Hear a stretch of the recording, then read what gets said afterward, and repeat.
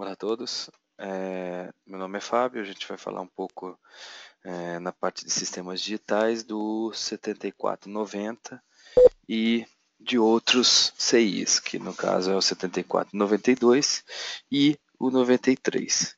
Como vocês podem ver, esse eu tirei o datasheet do manual do 74, né? Como vocês podem ver aqui, opa, deu zoom aqui um minutinho. Nós temos o 7490, que ele é um decade, ou seja, ele é um década, ou seja, ele vai contar de 0, é um contador que vai contar de 0 a 9. Nós temos um segundo, que é o 7492, que ele é um divisível por 12, e o 7493, que ele é um contador de binário de 4 bits, ou seja, ele vai contar de 0 a 15, ou seja, módulo 16. Como nós vimos anteriormente, nas aulas de circuitos lógicos, nós tínhamos o quê? Nós tínhamos o CI, que nós chamávamos de flip-flop JK. Onde no flip-flop JK, nós tínhamos geralmente um clock sensível à borda de subida ou descida. Nós tínhamos as entradas J e K, e nós tínhamos também a saída Q. Então esse daí, por exemplo, era um modelo de flip-flop, onde para realizar um contador, o que nós geralmente fazíamos? Nós pegávamos o flip-flop JK, primeiramente colocávamos ele em nível lógico 1, ou seja, tudo em VCC, as suas entradas,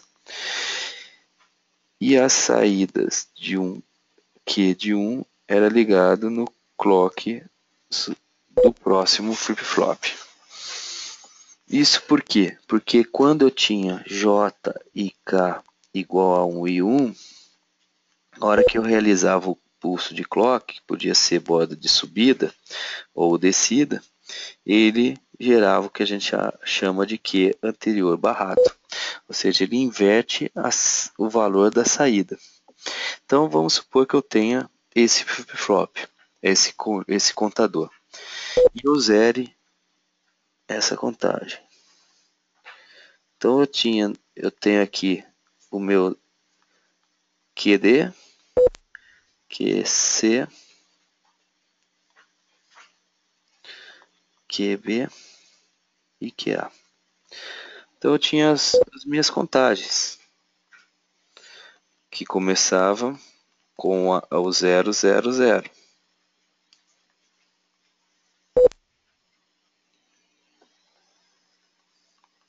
Então, na hora que eu gerava um pulso de clock borda de descida, o valor que eu tinha aqui de 0 ele passava a ser 1. 0 para 1 é uma borda de subida. Aqui ele é sensível à borda de descida, então não acontecia nada, então ele continuava 0. 0 e 0, não aconteceu nada, mantém 0. Idem para cá. Então eu tinha a segunda contagem, que é 0, 0, 0, 1. Gerei uma próxima borda de descida. Esse valor que era 1 passa a ser que era o anterior, passa a ser barrado, então ele passa a ser 0. Ele passando a ser 0, 1 para 0 é uma borda 1. Para 0 é uma borda de descida. Então, ele atua. Isso aqui passa a ser 1. 0 para 1, borda de subida, não vai atuar, não vai atuar. Então, teria a contagem 0, 1, 0.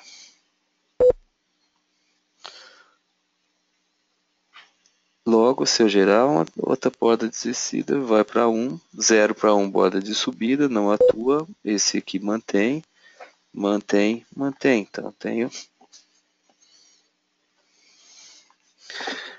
0, 0, 1, 1. E assim sucessivamente até realizar a contagem de 1, 1, 1, 1, que é o meu 15. Então, com isso, eu tenho a contagem de 0, 1, 2, 3, até 15. Então eu teria um contador, nesse nosso caso aqui, um módulo 16. Então era assim que nós tínhamos aprendido, ou seja, através de vários JKs, ele realizava uma função de contador. No nosso caso aqui, esses JKs, nós vamos ver que eles estão todos dentro desses flip-flops. Então o primeiro aqui eu tenho um flip-flop, um contador 7490, cujo entradas eu tenho com 2 clocks, tenho os R0s e R9s que forçam a saída num determinado valor, ou seja, no R0 ele força 0, como se fosse um clear, e este aqui ele força ao número 0, ao número 9. Né? Um pouquinho diferente do preset. Além disso, eu tenho as minhas saídas, onde QA é o menos significativo e o QD é o mais significativo, como está aqui marcado. E tem alguns pinos de VCC e terra que eu tenho que alimentar. Além disso, os NCs, que significa não conectado. E essas mesmas características aparecem no 7492, como também no 7493. Olhando na tabela do 7490, nós vamos ver que no 7490 ele faz a contagem de 0 até 9. Como que eu sei isso? Quando eu tenho L, significa que eu tenho low, que no nosso caso é nível lógico baixo, 0. Quando eu tenho H, significa que é nível high, ou bit 1, que é o que está aqui no descritivo. Outro ponto, o 7492, ele vai fazer as mesmas contagens, só que ele para no 11. Então, esse daqui ele é um módulo 10, esse aqui é um módulo 12, e esse ele vai contar até 15, ou seja, ele é um módulo 16.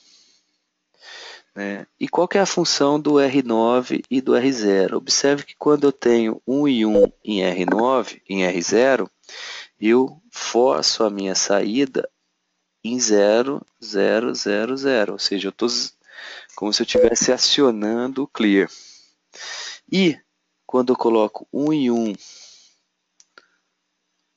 no R9, eu estou colocando 1, 0, 0, 1, que é o meu 9. Então eu forço a 0 e forço a 1. Significa que se eu colocar 1 em um deles, eu vou forçar um determinado valor de saída. Ou seja, se vocês olharem internamente, nós vamos ver que, por exemplo, esse CI sozinho, ele está fazendo um módulo 2. E a hora que eu ligo esse aqui ele estava fazendo um módulo, ele estava fazendo um módulo 8. Consequentemente, ele vira um multiplicador, realizando aqui um módulo 16. Idem para cá. Ele tem a função de contar módulo 2 e aqui um módulo 5.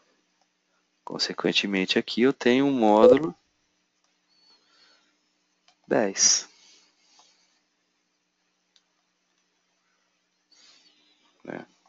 Então, cada um deles ele possui uma função, né? Uma forma de módulo.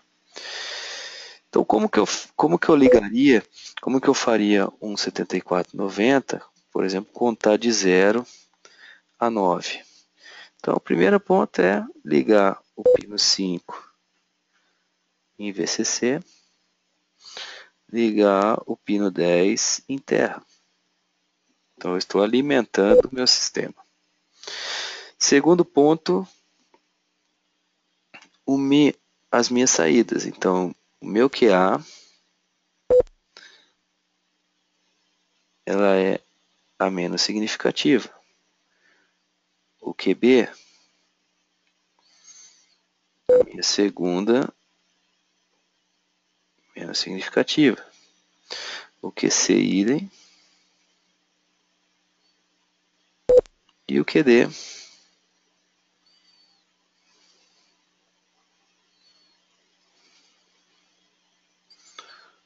aí eu venho, consigo ligar, por exemplo, um decodificador de 7 segmentos, que consequentemente eu vou ligar a um display de 7 segmentos.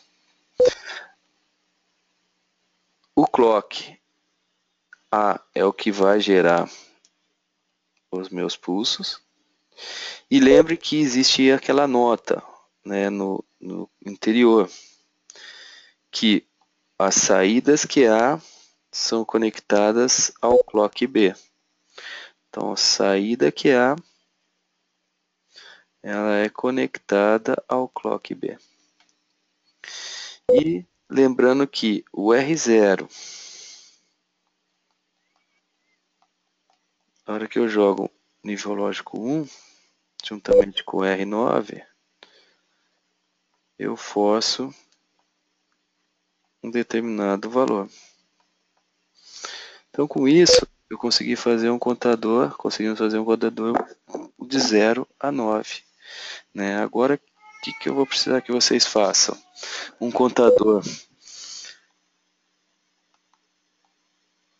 de 0 a 20, ou seja, um contador módulo 20, ou seja, de 0 a 19, desculpa. E um contador módulo 100, que é de 0 a 99. Então a gente vai montar isso no laboratório na aula na semana que vem, né, na sexta. E qualquer dúvida, né, vocês entrem em contato comigo por e-mail e aí a gente vai tirando as suas dúvidas, ok? Mais uma vez obrigado e até mais.